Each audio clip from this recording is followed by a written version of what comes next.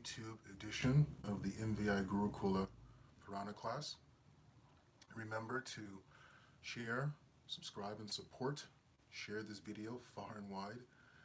Subscribe to the YouTube channel and support MVI Gurukula by clicking on the link at our website and giving a monthly donation to help the Gurukula thrive and flourish and to allow others, as many students as possible, join the Gurukula regardless of their financial situation. So share, subscribe, and support. Let's get to it. So we left off where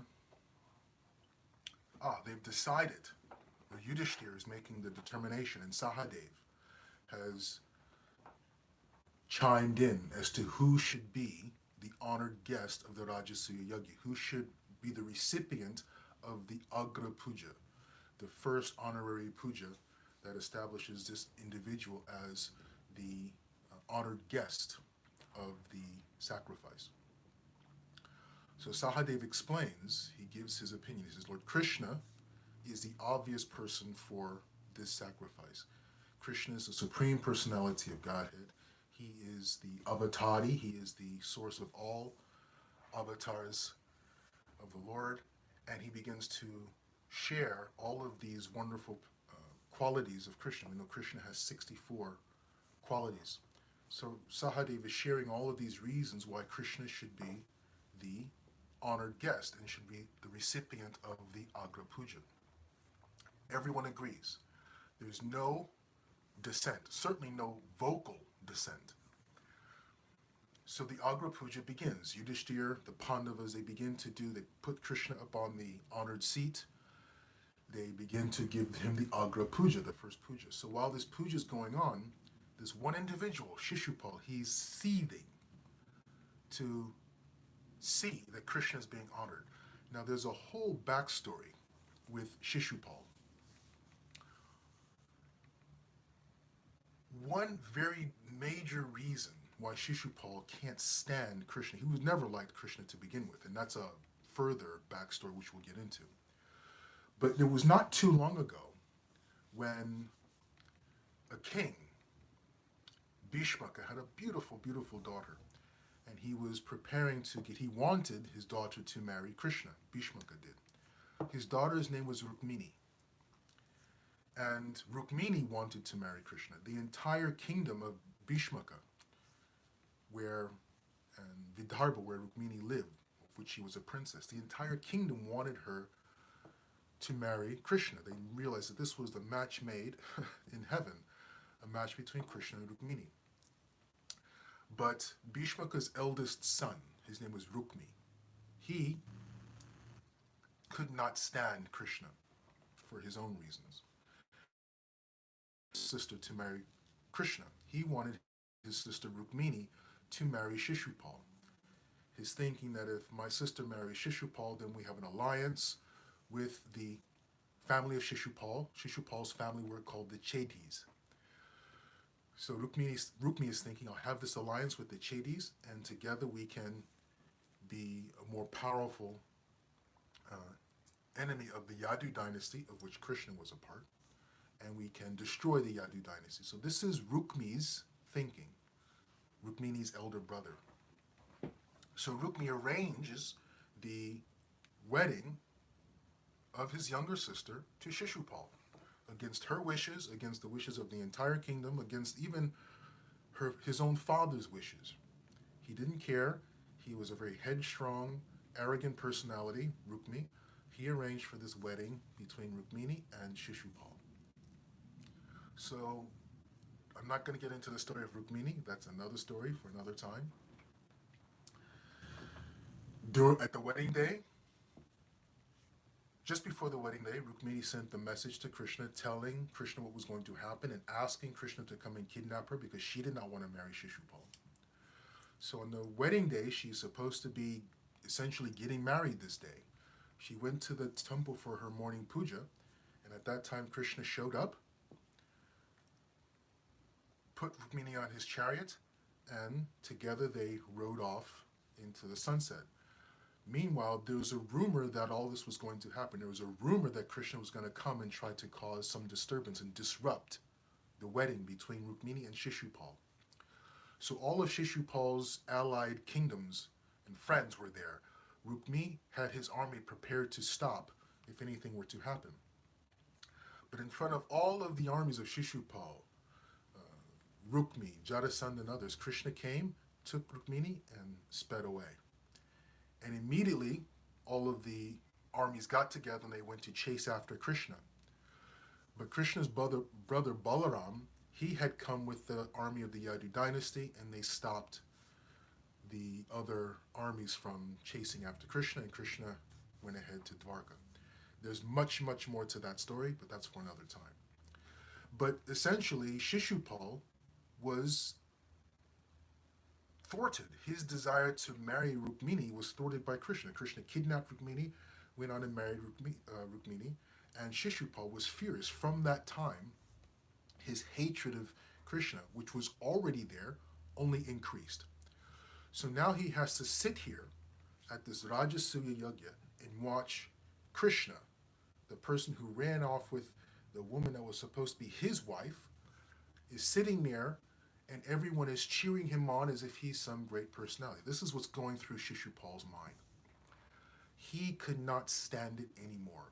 He gets up in the middle of the entire ceremony. And remember, the who's who of the entire universe is at this event. So there's hundreds of people, hundreds, even thousands of kings and prominent people and the greatest sages of the universe are all there witnessing this. He doesn't care. He gets up and begins to shout at the entire assembly. How dare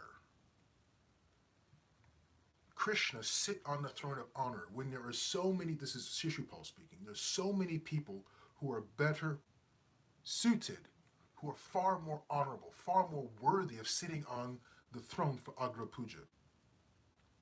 How can we sit here? And he also attacked and insulted Sahadev. He says, we're listening to this boy, Sahadev. Sahadev's the youngest of the five brothers, right? So Shishupal says, how is we listening to the advice of the youngest of the five Pandavas? Have we completely lost our mind and we're sitting here listening to a child? Sahadev wasn't a child, he was a grown man, of course. So Shishupal insults Sahadev, that Sahadev doesn't know what he's talking about, which is quite the contrary. Sahadev is an extraordinarily well-educated, wise person, wise beyond his years. And this is known throughout the world. He doesn't care. He insults Sahadev. And then he turns his frustration, his anger, his fury on Krishna. And he begins to call Krishna all kinds of names. He calls him a coward for running away from the battlefield. He calls him a thief. He calls him a low-born person, right? Because Krishna, even though Krishna was born of the family of Kshatriyas, he was raised by Nanda Maharaj, who were Vaishyas. So Shishupal immediately jumps onto this idea that Krishna is, he essentially calls Krishna a low-born person because his Varna is undetermined. No one knows if he's this, if he's that, if he's adopted. No one knows anything about. So he's a low-class person. He has no heritage. And he is just layering insult after insult after insult. And people are looking around like, what is going on here? But at the same time, Shishupal is no slouch. He is no insignificant person. He is a very, very powerful person. His father's name is Dhamaghosh. Dhamaghosh means one who, it's essentially the name of someone who is a tyrant. Dhamaghosh means someone who can suppress people, who can really suppress people through harsh means. So his father was a very, very harsh dictator and ruler, and Shishupal is of the same character, the same nature. So the Chedi kingdom, from which Shishupal comes, is a very, very powerful kingdom. So no one is going to stand up against Shishupal lightly. No one's going to confront him lightly because he is a very powerful person. His father is a very powerful person. And his armies and his kingdom is a very powerful, influential kingdom. One of the superpowers of his day. And in fact, a few people who were thinking like this, a few people who were also inimical towards Krishna, they kind of stood up and were, not verbally, but they were showing their support for Shishupal, nodding their head and smiling to give a little bit of support to Shishupal. Not many, very, very few, but there were some who were doing this, who found the bravery after Shishupal stood up.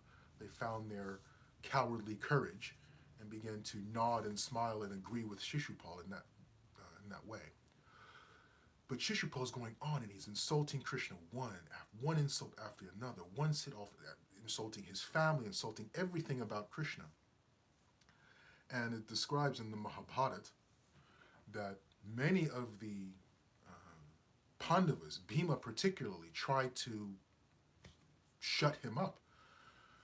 And Shishupal would not be shut up. He would not stop. He was just going on and on. And people turned to see what Krishna was doing. And Krishna was sitting there, pleasantly, not completely undisturbed by what was going on. Pleasant facial expressions. And he's just looking at Shishupal. But mentally, Krishna is counting the insult. 1, 2, 3, 4. He's letting these insults go on. And he's letting everyone there try to tell Shishupal to stop. Many people recognized that they couldn't stop Shishupal. The Pandavas couldn't stop Shishupal. None of the other people could stand up and stop Shishupal. He's going on and on. Krishna's not stopping Shishupal. So many of the people who did not want to be in that area, they just left because they didn't want to be around such insulting, bad, foul language.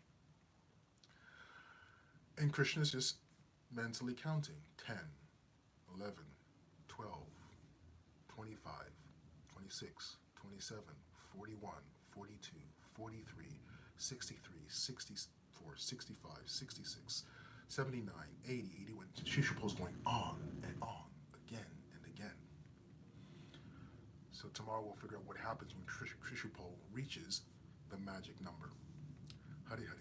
Remember, share this widely, subscribe to the channel, and go to our website, mvigurukul.com, and support the Gurukula and help in providing tuition and scholarships for students around the world to join our online Gurukula. Hari Hari.